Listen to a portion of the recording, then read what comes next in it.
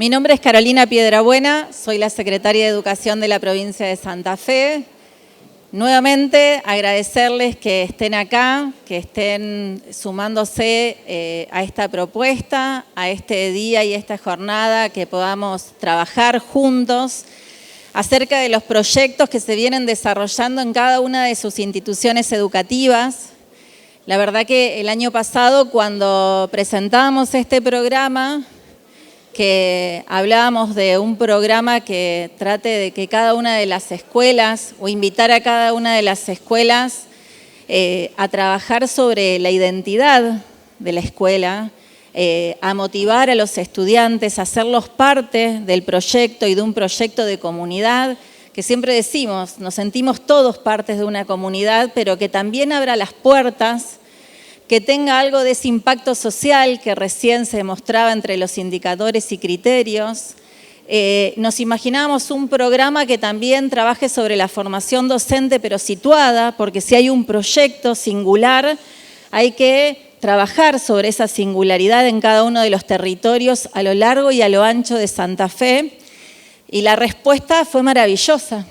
La respuesta fue maravillosa porque cada uno trabajó o retrabajó o subió un proyecto que venía llevando adelante en ese campus educativo, que fue lo primero que le mostramos a Rebeca, de que lo que habíamos invitado también eran a las escuelas a contar sus historias, a contar cada proyecto y cómo cada proyecto lo vinculaba curricularmente en cada uno de los niveles y modalidades. Y lo primero que le planteamos a Rebeca era, bueno, tenemos que trabajar cómo evaluamos este proyecto y cómo también trabajamos que después que los estudiantes, las niñas, niños, adolescentes, transcurrieron todo un año en un proyecto en donde todas las asignaturas tuvieron su espacio, su lugar, los conocimientos se dieron en ese aula o fuera del aula. Evaluamos un proyecto, mostramos un proyecto y después los evaluamos de la forma tradicional que evaluamos a los estudiantes.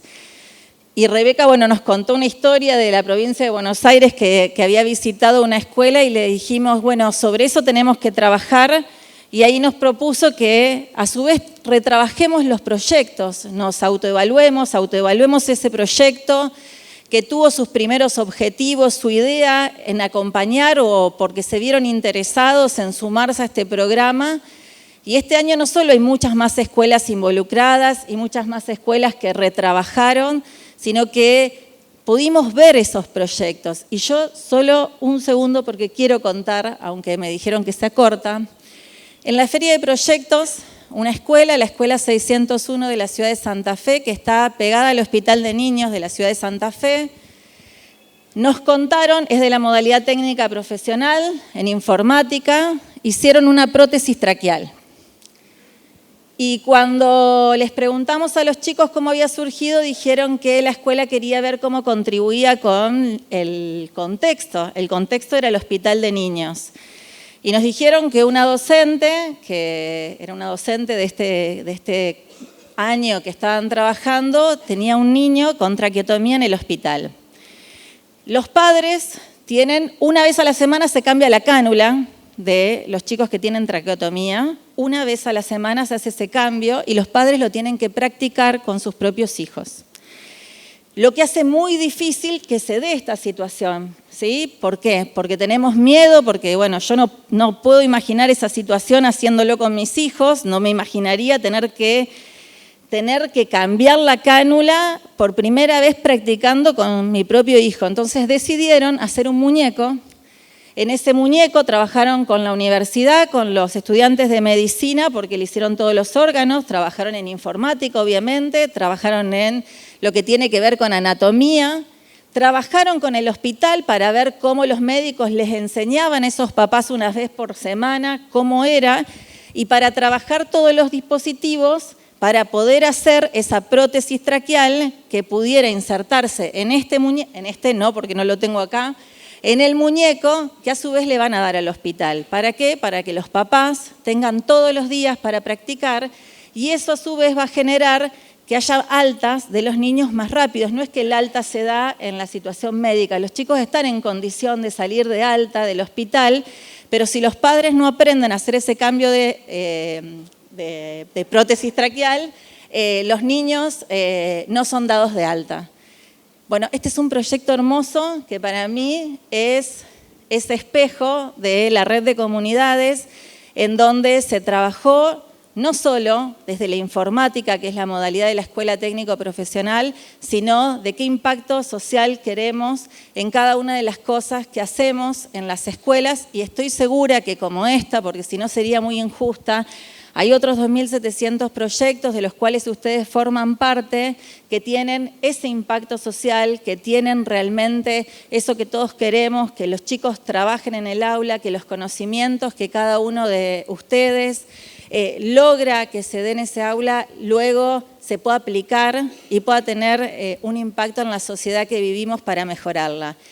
Así que ahora sí, Rebeca, agradecerte en nombre del Ministerio de Educación, de todo el Ministerio de Educación, pero desde toda la docencia santafesina, porque sos un aporte para que miremos esa aula heterogénea, sos un aporte para que miremos cómo pensar en formatos distintos también a la hora de enseñar, y que nos invita a hacer un nuevo recorrido o estar acá hoy como lo hacemos para pensar cosas que hacemos o que no hacemos, e invitarnos a pensar una escuela en donde los niños, niñas y adolescentes tengan garantizado su derecho a la educación. Así que muchísimas gracias y para mí es un placer. Así que efectivamente me invitaron a participar de esta experiencia que están haciendo. Leí casi todos los proyectos y pocas veces en mi recorrido vi proyectos que estuvieran desde una política, definidos desde una política pública, con un nivel de rigurosidad, sistematicidad, continuidad, y eso es maravilloso y los quiero felicitar porque no tengo ninguna duda de que eso va a impactar, como decía Carolina, ya está impactando y va a seguir impactando en las comunidades en las que ustedes están. Así que, digo, me siento una privilegiada de poder haber accedido a todos esos proyectos y obviamente a estar acá con ustedes. Y también contarles que hacía muchísimos años que no venía a Rosario, muchísimos. Pero mi papá vivió acá en Rosario muchísimos años cuando era joven, con lo cual para mí volver a Rosario es volver a conectarme con mi historia familiar, así que también agradezco esta posibilidad. Mi papá trabajó muchísimos años en el frigorífico Swift y vivía en Saladillo, y parte de mi familia paterna, que nació en Entre Ríos, pero vinieron aquí a vivir durante muchísimos años hasta que una parte se trasladó a Buenos Aires, bueno, y ahí conoció a mi mamá y por eso estoy yo acá. Entonces, digo, para mí como doble felicidad, por lo educativo, pero también porque me convoca familiarmente. Bueno, vamos a hablar ahora de cosas más serias, así. Voy a compartir con ustedes algunas cuestiones que tienen que ver con la evaluación de los aprendizajes y de los proyectos. Y sí, la siguiente, por favor. Miren, primero quiero hacer una pequeña distinción entre lo que implica aprender desde una perspectiva educativa de proyectos, que no es lo mismo que hacer proyectos, ¿está bien? Y quiero señalar esto porque hay algunas confusiones. ¿Vieron cuando se llama con el mismo nombre a cosas que en realidad son diferentes? Hacer un proyecto, uno diría, bueno, no es difícil hacer un proyecto. Ahora, trabajar con una concepción educativa desde la perspectiva de un proyecto implica que estamos, algo de lo que recién planteaba Carolina, que estamos haciendo algo donde ponemos a los niños y a los adolescentes en el centro de las propuestas de aprendizaje y de enseñanza, que vamos a intentar impactar obviamente en nuestras comunidades, pero que además van a aprender. Y van a aprender contenidos y van a aprender valores y van a aprender capacidades, habilidades, actitudes. Y eso implica definir un enfoque, un modo de enseñar en lugar de una moda. Vieron que hay temas que se ponen de moda, entonces pareciera ahora que aprender a través de proyectos es una moda y la verdad que, como ustedes lo están encarando, no es una moda, es un modo. Y el modo es profundo, el modo permite múltiples conexiones, el modo perdura, la moda no. Este año se usa el rosa y el año que viene el violeta, con lo cual el rosa no va más. Nosotros queremos en educación que las propuestas de enseñanza perduren, impacten no solamente en la comunidad, sino impacten en nuestros estudiantes. Entonces, sí, la segunda, por favor, la siguiente. Primero, que asumimos, y por eso tan importante el trabajo por proyectos, que el mundo y los problemas del mundo no se pueden entender parcialmente, ¿está bien? Uno no va a la panadería y dice, bueno, ahora voy a pensar en prácticas del lenguaje para pedir el pan. Y cuando me voy a pagar, voy a pensar en matemática. O sea, el mundo no funciona así.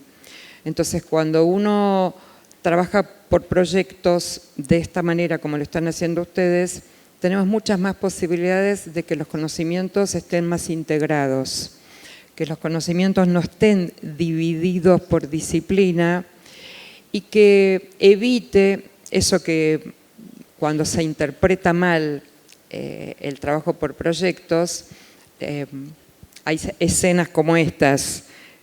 Ir a una escuela y una maestra me dice, estamos ahora en la hora de proyecto, en la próxima tenemos matemática, ¿está bien?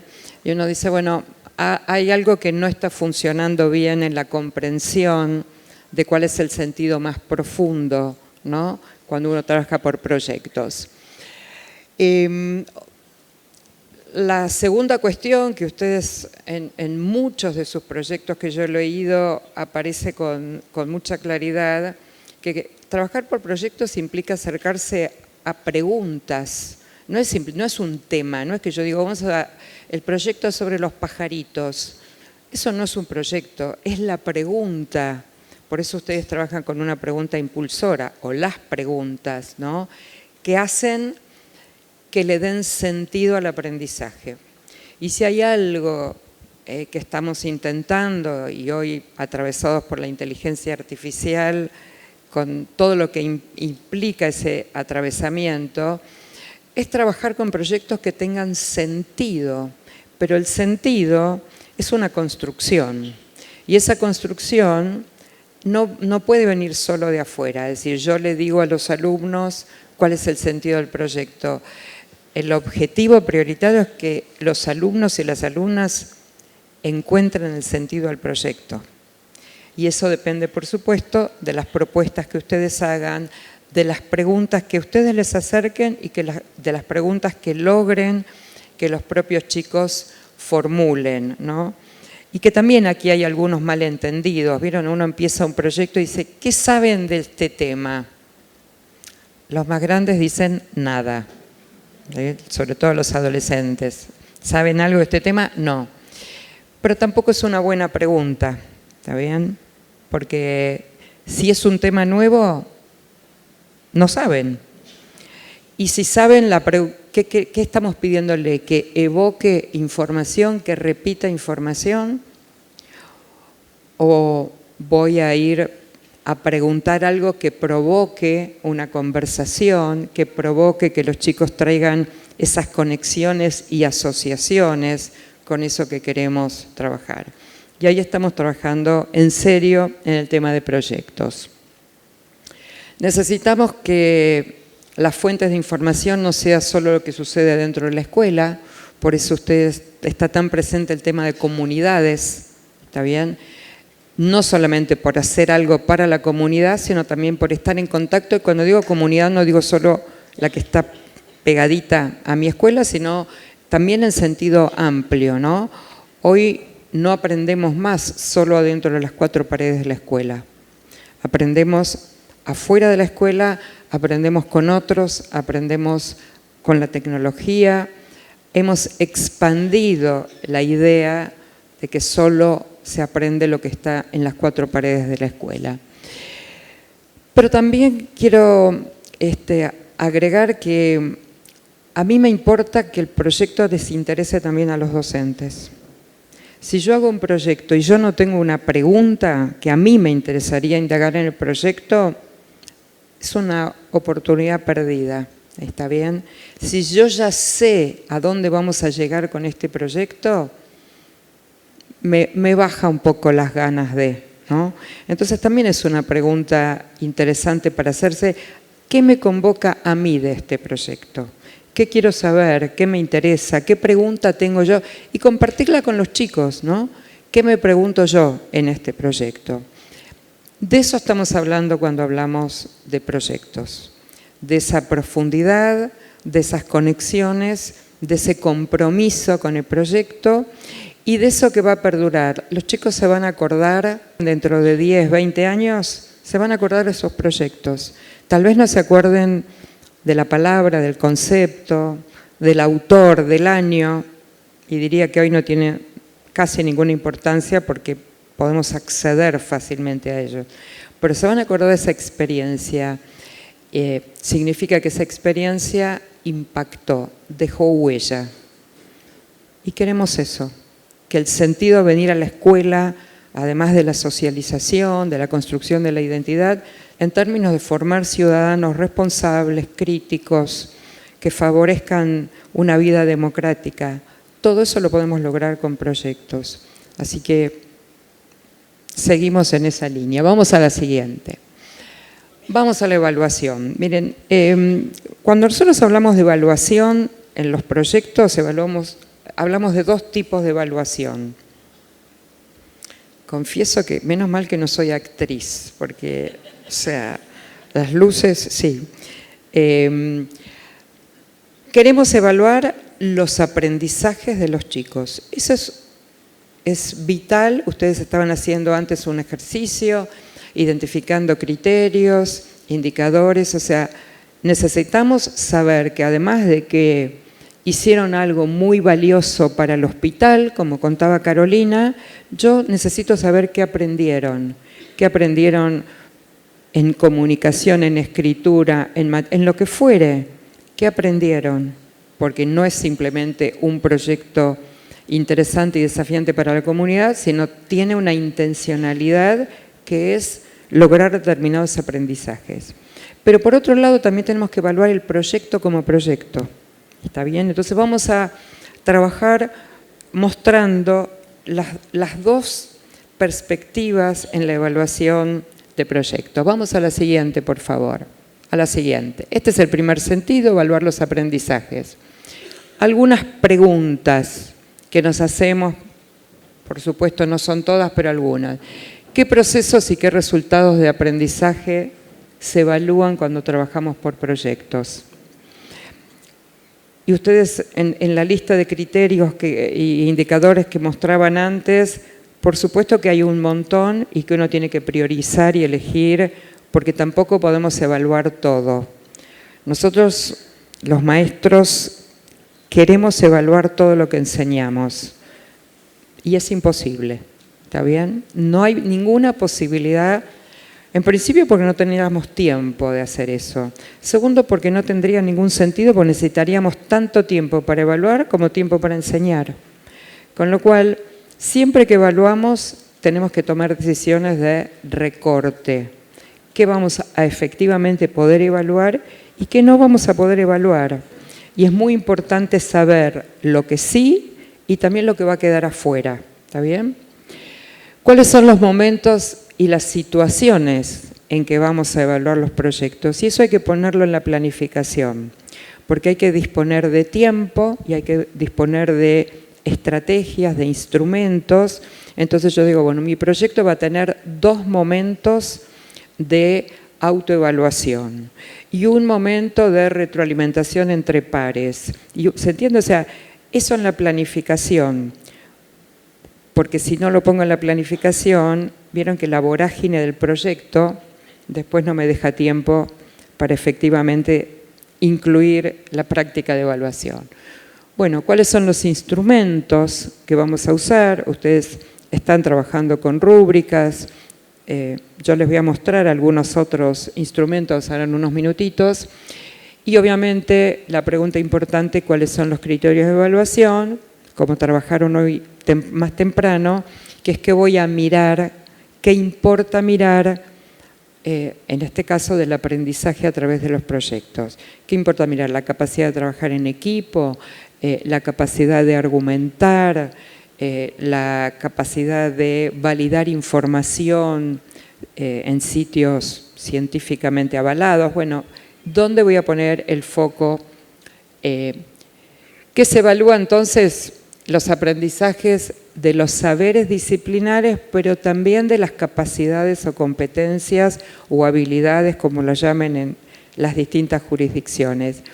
Nosotros venimos de evaluar, vieron, contenidos. Sabe que San Martín cruzó los Andes, sabe que la pirámide de la alimentación tiene... Y eso es un saber disciplinar.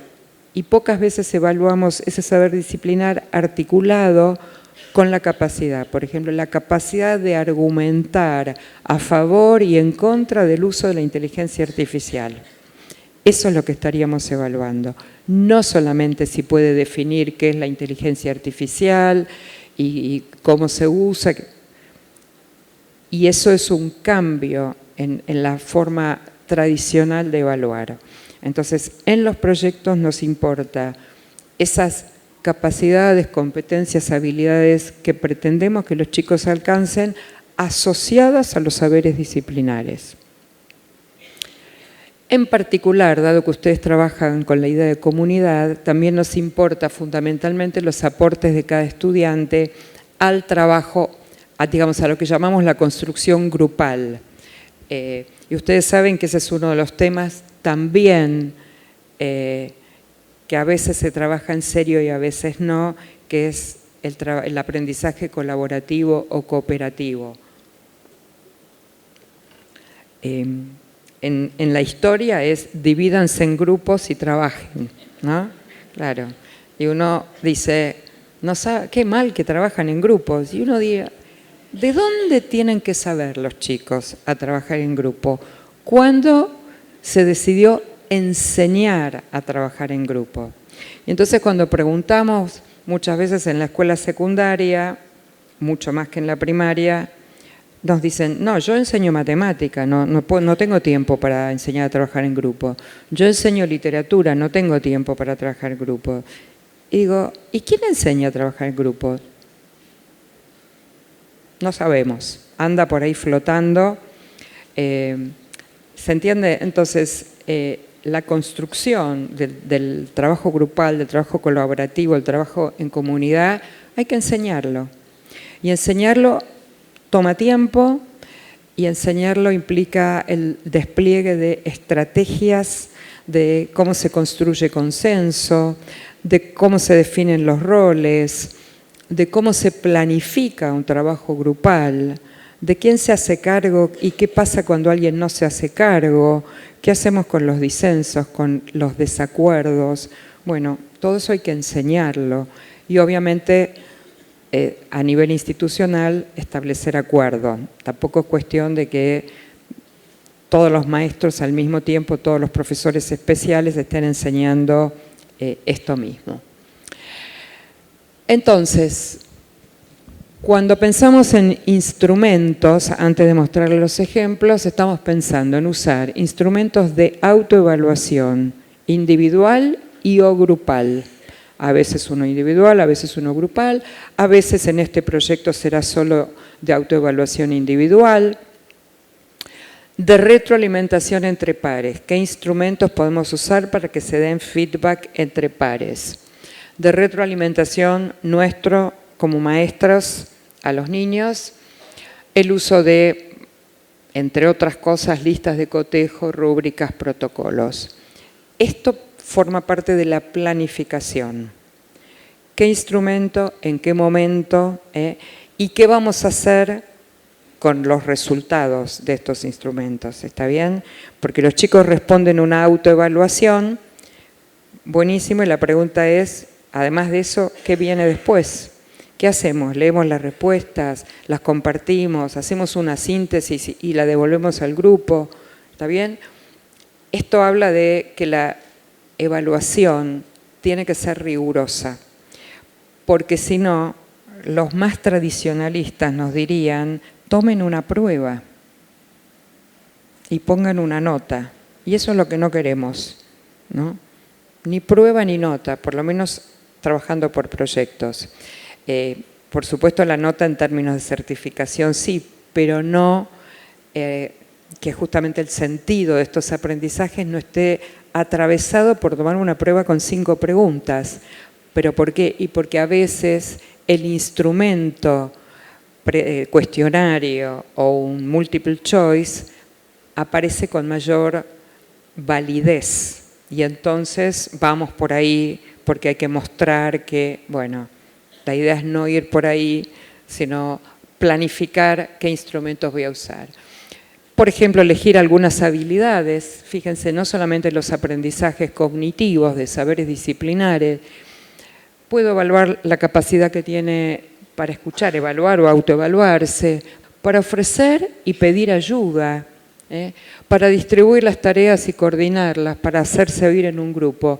Y acá estoy evaluando el trabajo colaborativo. No estoy evaluando un contenido disciplinar o un procedimiento, ¿no? Ahí estamos con el primer sentido. En un ratito les voy a mostrar instrumentos. ¿Cuál es el segundo sentido? Evaluar el proyecto. ¿Qué evaluamos del proyecto? Uno, la planificación. Lo voy a decir simple, si estuvo bien la planificación.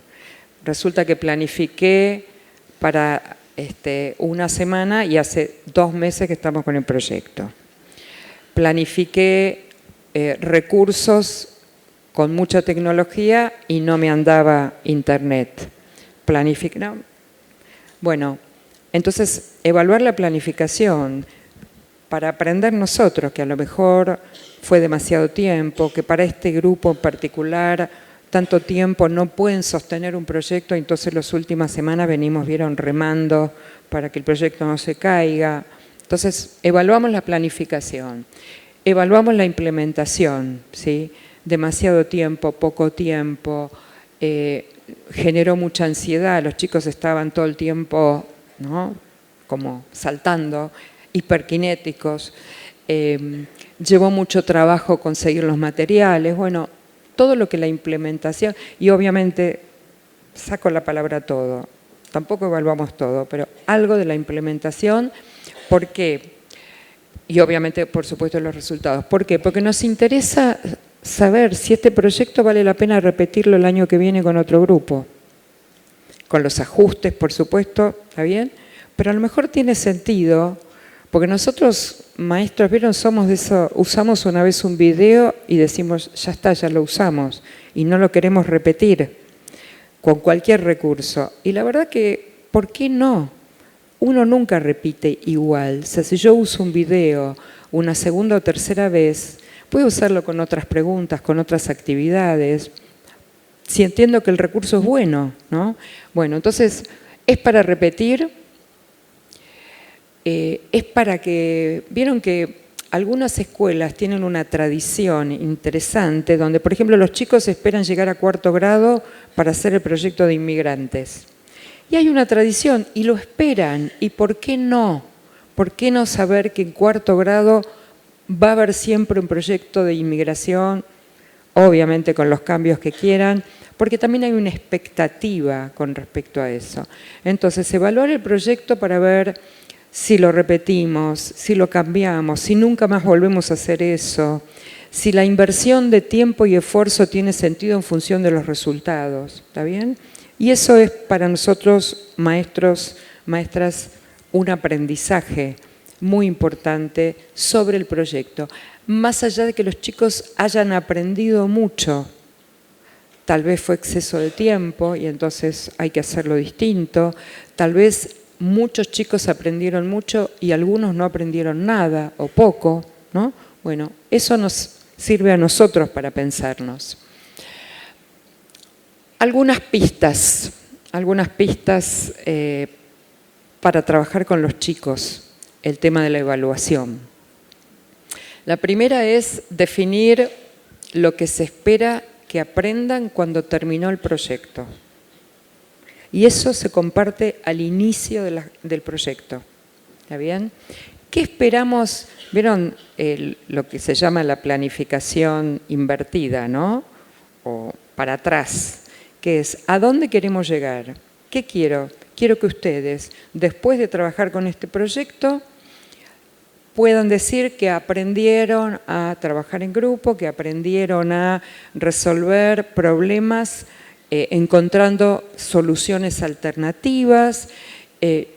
Eso hay que explicitarlo, hay que trabajarlo, hay que darle tiempo que los chicos entiendan qué se espera que suceda con este proyecto en términos de aprendizaje, que después se va a traducir en los criterios de evaluación. ¿Está bien? Esto va a estar articulado con los criterios de evaluación.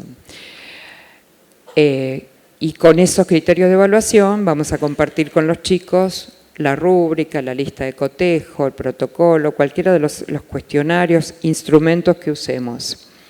Vamos a definir los productos finales, por supuesto, el primer día, y si pensamos en el aula heterogénea, probablemente definamos 2 o 3 productos y que los chicos elijan cuál es el producto que quieren desarrollar o definir. Compartir con los chicos qué vamos a evaluar al inicio, que tiene que ver con los saberes previos, con las preguntas, las curiosidades, las inquietudes.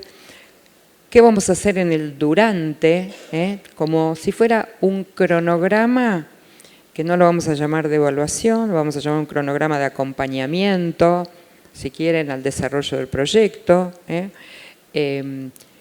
Y qué vamos a hacer al final en términos de evaluación. Y obviamente definir qué instrumentos vamos a usar. Les voy a ir mostrando ejemplos, van a ir viendo mezclados. Cuando decimos autoevaluación, queremos que las autoevaluaciones estén ligadas al concepto de metacognición, no al concepto solamente de si aprendí o no aprendí a resolver una cuenta de multiplicar, sino al cómo aprendí.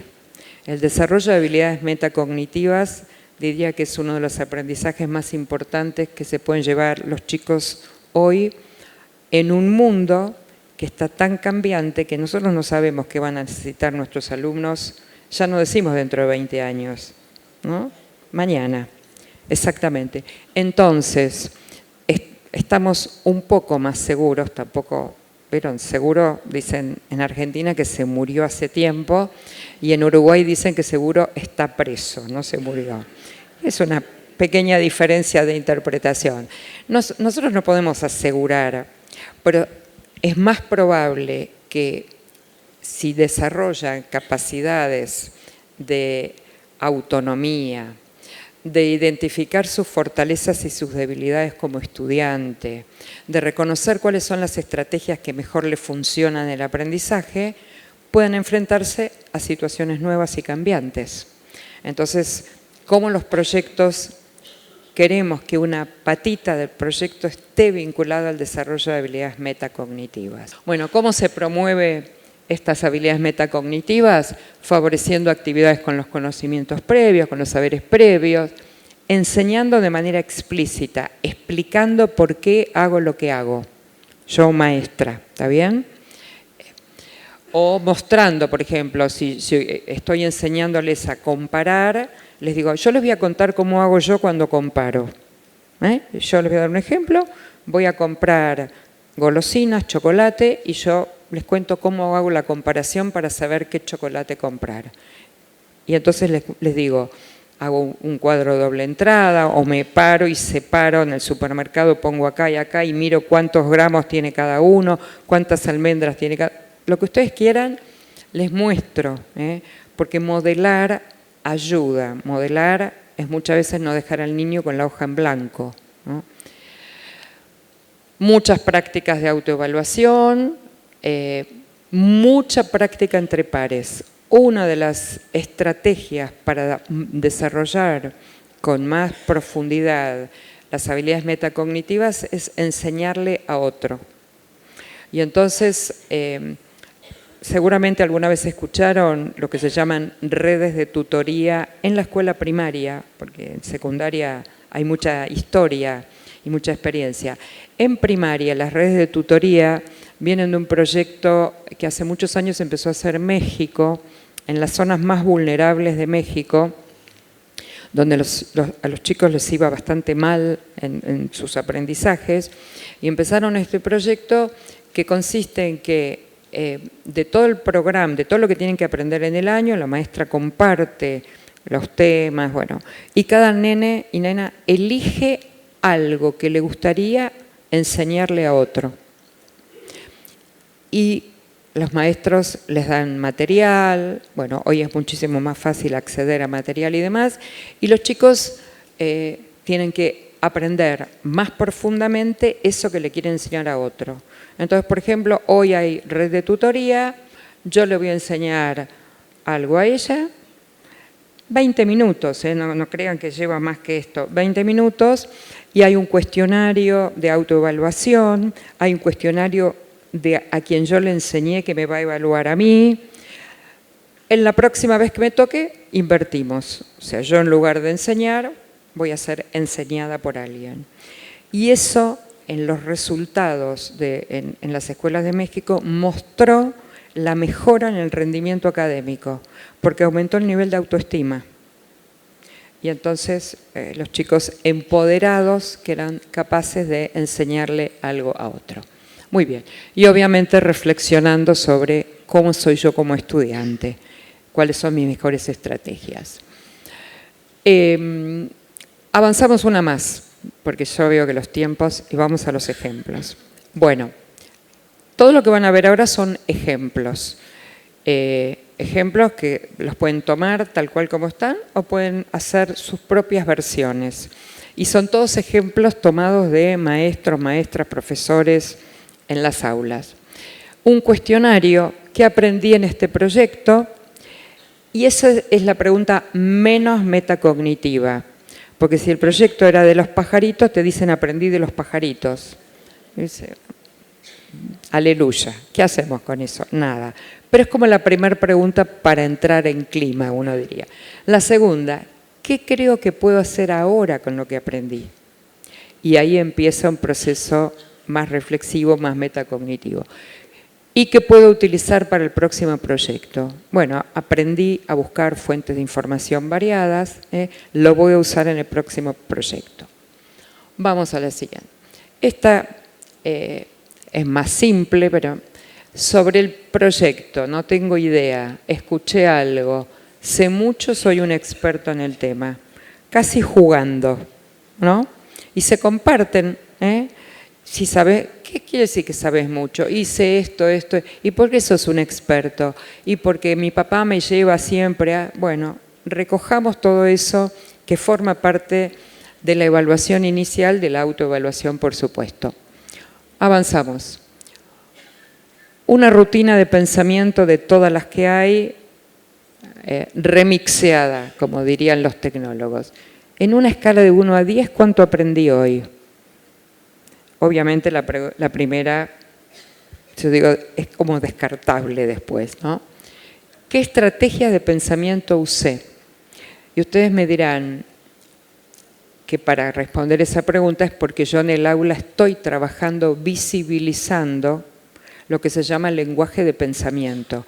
No es lo mismo decir, pienso, me parece, estoy segura, tengo una hipótesis. Son 4 maneras bien diferentes, pero cuando uno habla indiscriminadamente. Pero entonces si yo, maestra, voy poniendo carteles en la pared, cuando decimos pienso, ¿qué estamos diciendo? Cuando decimos me parece, ¿qué estoy diciendo? Y entonces, si eso está disponible, los chicos pueden mirar y decir, ¿qué usé hoy en esta actividad que hicimos? ¿Qué me resultó más difícil de aprender? ¿Por qué cómo pasar del lenguaje frecuente al lenguaje metacognitivo. ¿Qué pasó? ¿Qué evidencias tenés de?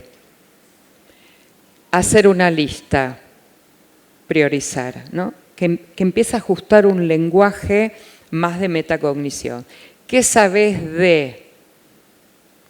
Nada. Bueno, ¿qué distinciones haces entre San Martín y Belgrano? Que no es lo mismo qué sabés de San Martín o qué sabés de Belgrano. Decime, contame, no, convenceme con argumentos. Y entonces estamos cambiando el lenguaje. ¿Qué pasaría si? ¿Qué recomendarías como solución al problema? Y obviamente pueden llenar de otras preguntas de las que cotidianamente suceden en las aulas. Otro cuestionario, ¿cómo te das cuenta si entendés este texto? Obviamente la primera, siempre para entrar en clima. La segunda, ¿cómo podés mostrar que comprendiste este texto? Un poco ustedes hoy lo veían con los indicadores, ¿no? Si pudieras volver a hacer esta tarea, ¿qué harías de manera diferente y por qué? O si le tuvieras que contar a un amigo que no vino hoy y no hizo esta actividad, ¿cómo hacerla? Son todas preguntas metacognitivas. Bueno, esto está porque es de la profesora de inglés, pero me parece lindo. Ella pegó, ¿por qué debería ser esto primero? ¿Hay algo que me confunde? ¿Puedo explicar lo que aprendí? ¿Puedo pedir por ayuda extra? Bueno, y así pego esto, y los chicos pueden elegir responder todas, algunas de estas. ¿Está bien? Esta, ¿vieron de la película Sentimientos? Esto lo armaron con los chicos en un grado. Tomaron alegría, tristeza, miedo y furia. Y entonces armaron un instrumento de autoevaluación. Alegría dice, comprendí el texto y puedo contarlo a mis compañeros y me animo a cambiarle el final. Van a ver en qué se armó discusión. Tristeza, comprendí el texto y puedo explicarlo. Y uno diría, ¿por qué tristeza? Bueno, hubo un debate en el grado enorme y después revisaron y cambiaron los sentimientos. El miedo, entendí una parte del texto, pero me cuesta comprenderlo, y la furia, no entendí el texto. Cuando los chicos le ponen estos nombres a esta idea que después podrá convertirse en una rúbrica, significa que están comprendiendo el sentido de que hay distintas calidades de trabajos. Y lo que buscamos con las rúbricas, por ejemplo, particularmente, es mostrar que hay distintos niveles de calidad de los trabajos, y no dados ni por la cantidad ni por la frecuencia, sino por la descripción de la calidad. Bueno, ¿qué tipo de pensamiento utilizaste? ¿Cómo lo hiciste? ¿Para qué te sirvió? ¿Cómo podés aplicarlo? Esto lo llaman originalmente escalera de la metacognición. Otro ejemplo. Miren, esto para los chicos, pero también para nosotros, las metas o los objetivos de aprendizaje, marcar si están en inicio, en desarrollo o logrado y ofrecer retroalimentación. Esto lo llamamos plan de aprendizaje y muchas veces se los damos a los chicos para que ellos vayan marcando, solamente digo como un ejercicio muy simple, dónde piensan ellos que están en el desarrollo de los objetivos que tienen que lograr en ese proyecto en el que están trabajando. Este es otro. Fíjense, para trabajar distintos pasos, comprensión, conexión, estrategia y reflexión, la maestra acá compartió 4 preguntas. Para comprensión, ¿cuál es la pregunta? Para conexión, si se parece este problema a alguno que yo ya resolví antes. En estrategia, ¿por qué sería el que estoy pensando el mejor camino para resolverlo? Y reflexión, si tiene sentido la solución a la que llegué. Como verán, podemos hacer miles de estos. Y si le pedimos a la inteligencia artificial, nos va a dar otros miles, que hay que, por supuesto, revisar, hacer curaduría, no usar directamente, pero tiene muchas ideas cuando lo usamos como ayudante para nosotros. Vamos a la siguiente. Bueno, acá esta maestra armó como una pequeña encuesta y les preguntó cómo te sentís si te preparás para comenzar a realizar el mural, porque el proyecto era un mural que iban a hacer en una pared del barrio, ¿no? De la calle. Y entonces les dio opciones: ansioso, expectante, nervioso, entusiasmado, tranquilo, etcétera, porque quería también trabajar el campo de las emociones, ¿no? Y de la afectividad en relación al proyecto. Y así varias preguntas: ¿qué expectativas tenés de cómo va a ser el proceso? ¿Cómo crees que va a ser tu participación? ¿Qué vas a aportar para contribuir al buen clima? Estas son actividades de anticipación. Y a veces necesitamos con los grupos hacer actividades de anticipación y no ir directo al proyecto, o porque el grupo es muy ansioso, o porque nunca trabajó por proyectos, o porque están atravesando conflictos en la dinámica del grupo. Entonces hacemos actividades de anticipación. Bien, una más. Este protocolo lo conocen, lo venimos usando hace un montón. Esto es para dar retroalimentación, nosotros a los chicos o los chicos entre sí, seguir haciendo algo que está bien, empezar a hacer algo que hasta ahora no hicimos y revisar algo que hay que mejorar. ¿Está bien? Bitácoras, las bitácoras, esos cuadernos de viaje que tienen la capacidad de ir monitoreando, ir siguiendo más el día a día. Las bitácoras grupales son muy interesantes, donde, por ejemplo, cada nene es responsable un día por completar el recorrido de ese día, del viaje. Y entonces la bitácora se convierte en una bitácora colectiva, donde va acompañando el desarrollo del proyecto. Y es muy interesante porque los estilos de escritura y de qué capturan son bien distintos en cada niño. Y entonces también este es un ejercicio que, más allá de la producción grupal, permitiría que comparar, bueno, qué está escrito el día 1, qué está escrito el día 2, cómo está escrito, qué información tiene el día 1.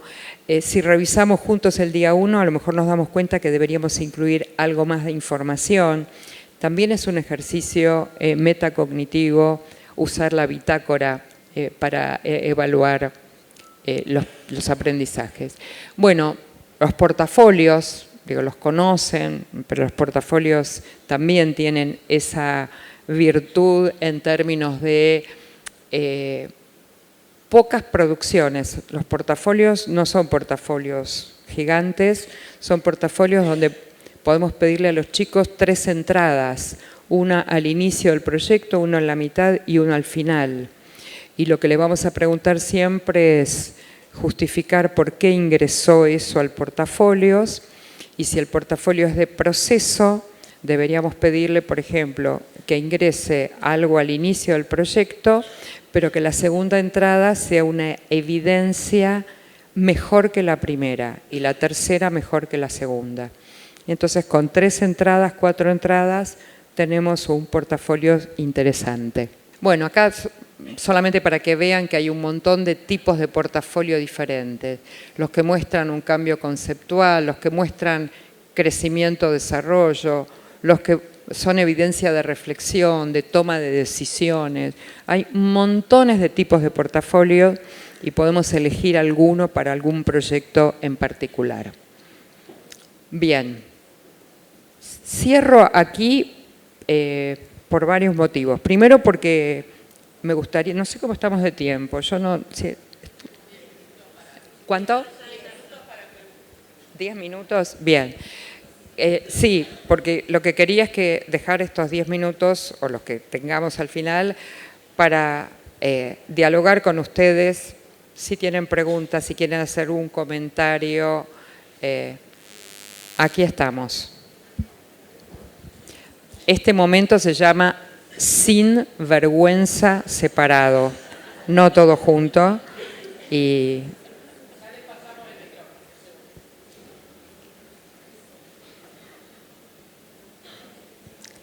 este último que está acá también lo usamos cuando termina el proyecto, preguntarle ¿De qué no te vas a olvidar? Hola. ¿Está bien? Como un modo de cerrar también el proyecto. No sé si no van a ser evaluados. ¿Te Ahora parece? sobre todo vieron los de la primera fila, que nunca nadie se quiere sentar en la primera Allá fila hay por una. las dudas, que los evalúen. ¿Dónde estaba?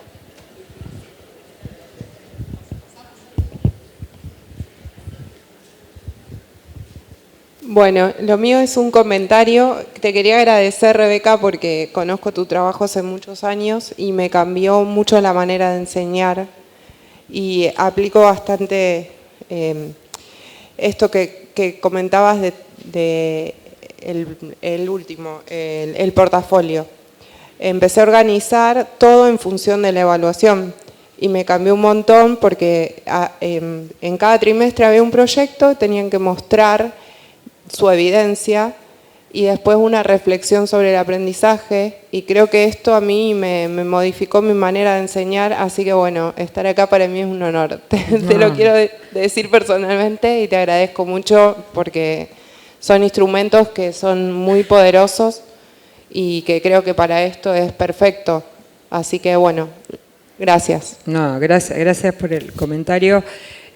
Son instrumentos de evaluación formativa, son instrumentos que salen de la lógica de la medición, pero que dan cuenta rigurosamente de los aprendizajes. Con los portafolios en particular, es una práctica que, por ejemplo, con muchas escuelas hacemos que los chicos le muestren a sus familias el portafolio y no necesitamos más informes, digamos, porque nada mejor que un chico explique lo que hizo, cómo lo hizo, por qué lo hizo, qué hizo bien, qué podría mejorar. Y eso hace inclusive que las reuniones con las familias, digo, la maestra hable menos y sean los propios chicos los que muestren evidencias. Trabajar la palabra evidencias con ellos, ¿no? También es muy importante. ¿Qué es una evidencia de aprendizaje? O sea, ¿qué tiene que mostrar? Y buscar ejemplos juntos, ¿no? Así que bueno, me alegro que uses los portafolios. Qué bueno, tus alumnos seguramente felices. ¿Pregunta, comentario? ¿A dónde? Ahí.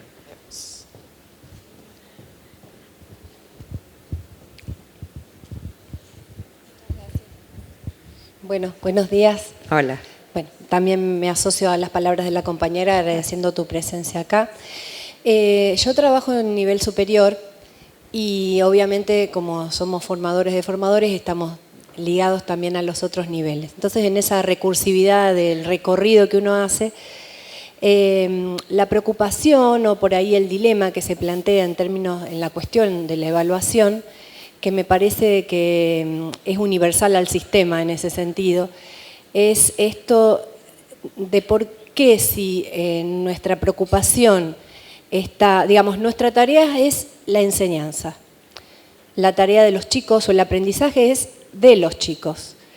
¿Por qué si nosotros ponemos a jugar esta cuestión de la evaluación formativa y armamos estas estrategias para que realmente la evaluación, digamos, el modelo tradicional, punitivo, quede al margen?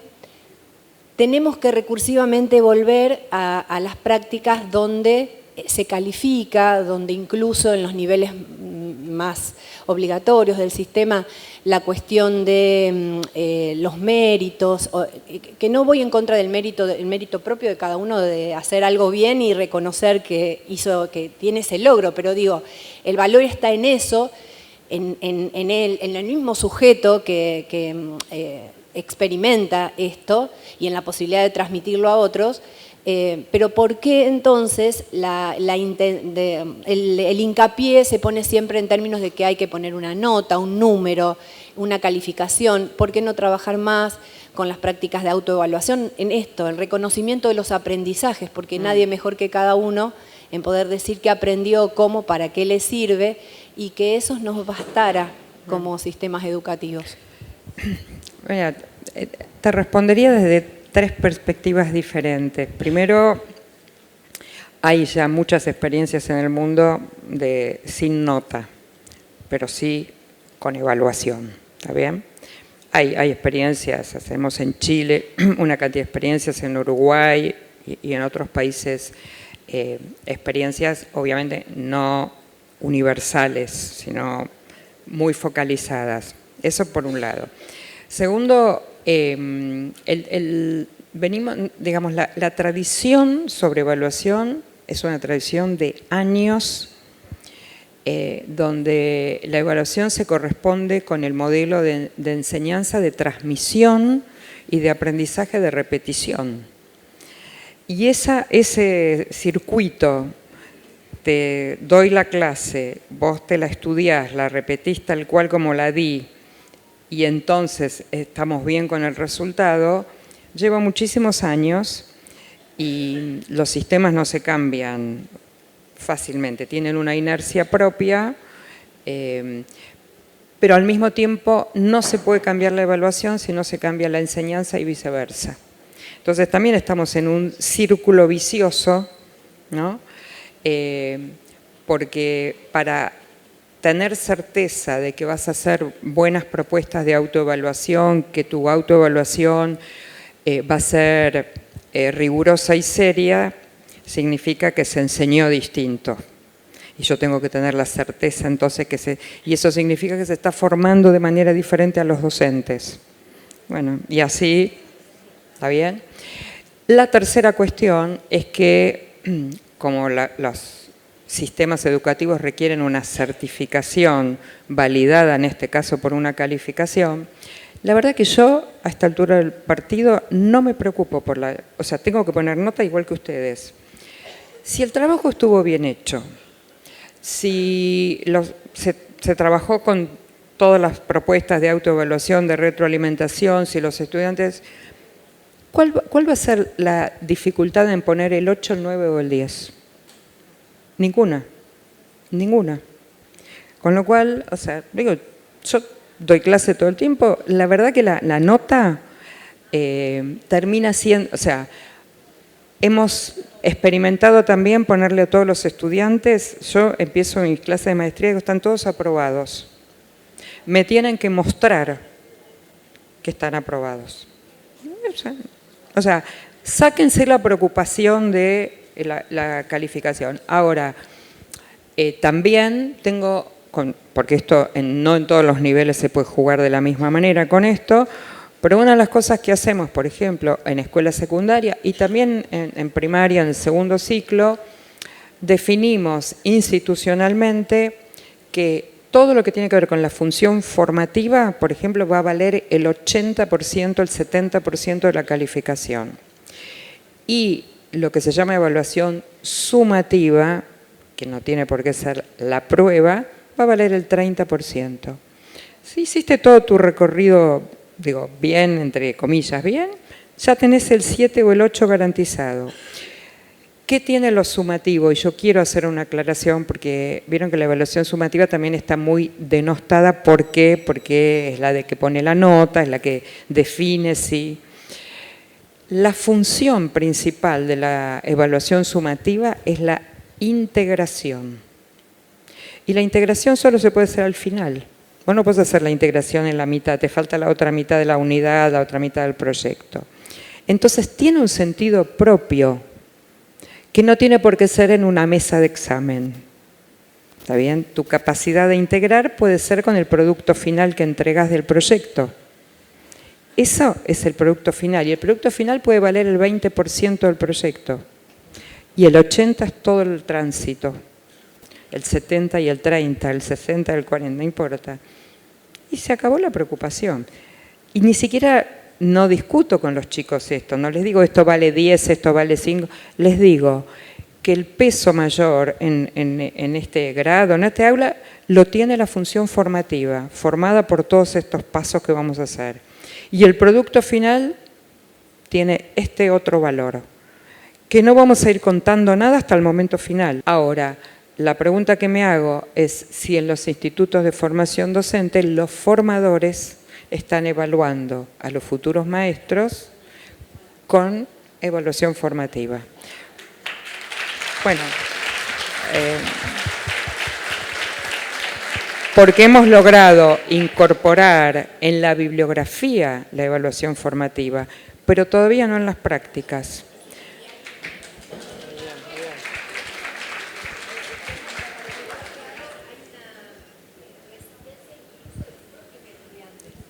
Bueno, la resistencia de los estudiantes, pero por supuesto. A ver, ¿por qué querés saber la nota? Si lo que te estoy contando es que hiciste bien esto, que me pareció muy buena tu argumentación, digamos, te estoy diciendo o estoy dando cuenta de que estuviste bien en tu desempeño.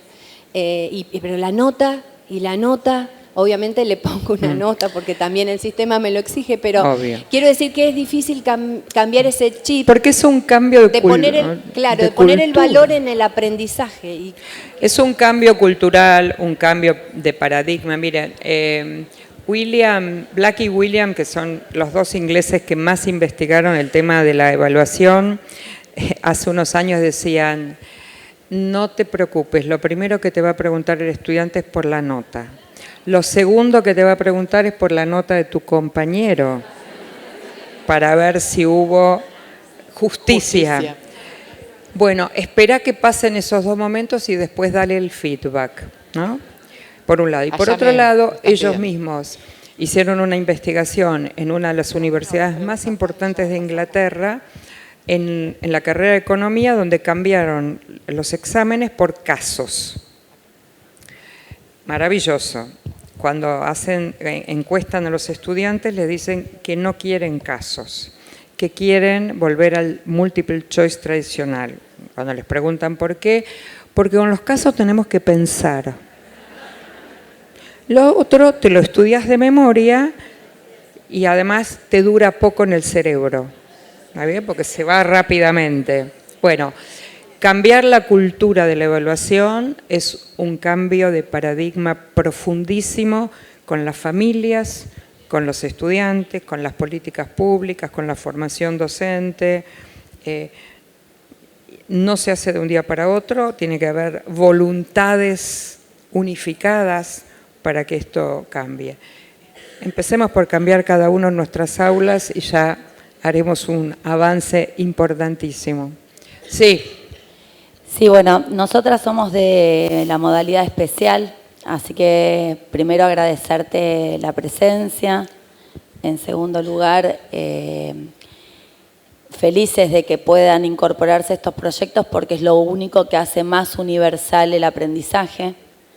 Y tercero, ambas rendimos para el concurso de dirección y queremos poner también en cuestión la modalidad de evaluación que se hizo, porque así como también en la formación docente plantean, y me parece perfecto, la evaluación formativa, nosotras, todas las que transitamos ese trayecto y que va a hacer que nosotros podamos volcar esto si aprobamos, a nuestros equipos docentes, no fuimos evaluadas de esa manera y mucho menos ni siquiera tuvimos aportes sobre nuestros aprendizajes durante el proceso. Nosotros entregamos trabajos que no sabemos si fueron leídos. Bueno. Nosotros no tuvimos posibilidad de intervenir en clases, nosotros no tuvimos a una persona que nos diera clases, nosotras estuvimos total y absolutamente aisladas frente a una computadora durante todo el proceso y después nos tuvimos que sentar frente a una hoja en blanco a contar durante 4 horas qué es lo que habíamos aprendido, sin ningún tipo de aporte de otra persona. Ok. Esperando una nota final. Bueno, uno podría Aclaremos decir que es en el marco de un concurso que estamos hablando, ¿verdad? Sí. Igual, miren, el tema de evaluación, vieron, siempre es un tema que merece la pena revisarse en términos de qué prácticas en cada nivel, en cada situación. No es lo mismo una práctica para acceder a un cargo superior que la formación de un docente o la evaluación de un niño, obviamente, pero hay una línea común en la idea de cómo definimos evaluar. ¿Está bien? Y está claro también que hay una función de la evaluación que tiene que ver con la selección y que eso pasa mucho en la administración pública, en las empresas, en muchos lugares donde hay, supónganse, 10 cargos y 10.000 personas para ingresar. ¿Está bien? Y ahí la evaluación tiene una función de selección. Ahora, hay 1000 maneras de seleccionar, ¿se entiende? O sea, no estamos diciendo no seleccionen porque no hay lugar para todos. El tema es cuáles son los criterios que se definen. Bueno, como verán, el tema de evaluación es para revisar en todo el circuito del campo educativo, ¿no? Porque son paradigmas viejos. Creo que la inteligencia artificial, más allá de las bondades y las dificultades que tiene, va a poner un acelerador sobre la revisión de prácticas de evaluación, porque está sucediendo, bueno, los estudiantes le piden a la IA que le resuelva tareas, cada vez está más perfeccionado lo que la IA dice, y entonces uno no puede andar buscando a ver si lo hizo con la IA o no, es una tarea insalubre hacer eso. Pero está presionando ya para cambiar las formas de evaluar. Ya no se puede dar un multiple choice para que lo hagan en casa porque lo va a contestar la IA. Entonces, está tensionándose toda la definición de evaluación, también empujada por las tecnologías en estos momentos, ¿no? Les digo algo que me parece que vale la pena repensar en los proyectos, en general, no en ninguno en particular. Para mí hay algo que se puede revisar y mejorar que tiene que ver con la idea de protagonismo de los niños. Los proyectos en general están como altamente estructurados por los maestros, altamente definidos por los maestros, con buenos proyectos, o sea, lo dije al principio, pero me parece que si queremos tomar la idea de base que tiene la definición de trabajar por proyectos, todavía hablando de Kilpatrick y John Dewey, les estoy hablando de principios de 1900, la idea de el estudiante protagonista no es un estudiante que hace lo que la maestra le pide, es alguien que trae sus ideas para el proyecto, o sea, es como si les dijera, el proyecto tiene una parte definida por los maestros, por supuesto, pero tiene espacios no definidos para que sean los propios chicos los que traigan ideas, recursos, ejemplos, propuestas, y nosotros docentes articular esa inclusión de parte de ellos. Para mí, y esto lo compartí también con el equipo, el verdadero proyecto es el que tiene dos planificaciones en paralelo. La planificación que hace la maestra o el maestro y la que hacen los chicos, en paralelo, porque no todo está definido. Ejemplo, yo les propongo en el proyecto 3 productos finales, pero dejo abierto un casillerito que dice número 4. Si alguno del grupo tiene una idea que por supuesto voy a validar yo con los propósitos del proyecto, incorporo la idea como un 4º producto final posible de ser elegido. Las temáticas de los proyectos. Nosotros elegimos una pregunta impulsora y todos los chicos trabajan sobre lo mismo. Podríamos abrir opciones.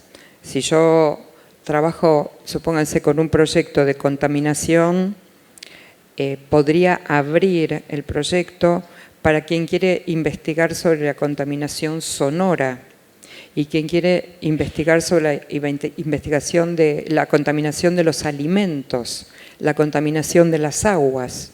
¿Por qué deberían estar trabajando todos con la contaminación de los alimentos? ¿Se entiende? O sea, esa idea de que cuando yo abro la pregunta impulsora, que debería ser amplia, y haga una primera actividad con esa pregunta impulsora, esa actividad me tendría que ayudar a mí a ofrecerles después opciones. Esa primera actividad yo debería poder grabarla, si puedo, y escuchar a los chicos las conexiones que hacen con la pregunta impulsora, los comentarios, las ideas que traigan que pueden parecer muy lejanas de lo que queremos. Y con todo ese material yo vuelvo a mi casa y veo qué de eso puedo ya empezar a traccionar algunas opciones. Cuando digo algunas pueden ser 2, pero entonces, para mí, si tuviera que sumarle al proyecto, sumaría por ahí. Porque las preguntas son interesantes, las actividades son interesantes, los productos finales son interesantes, el impacto en la comunidad es interesante.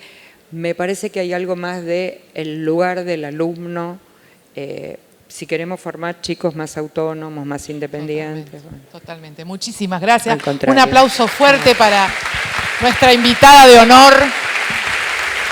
Muchas gracias, Rebeca. Al contrario, gracias a Muy ustedes. inspirador. Te esperamos de vuelta.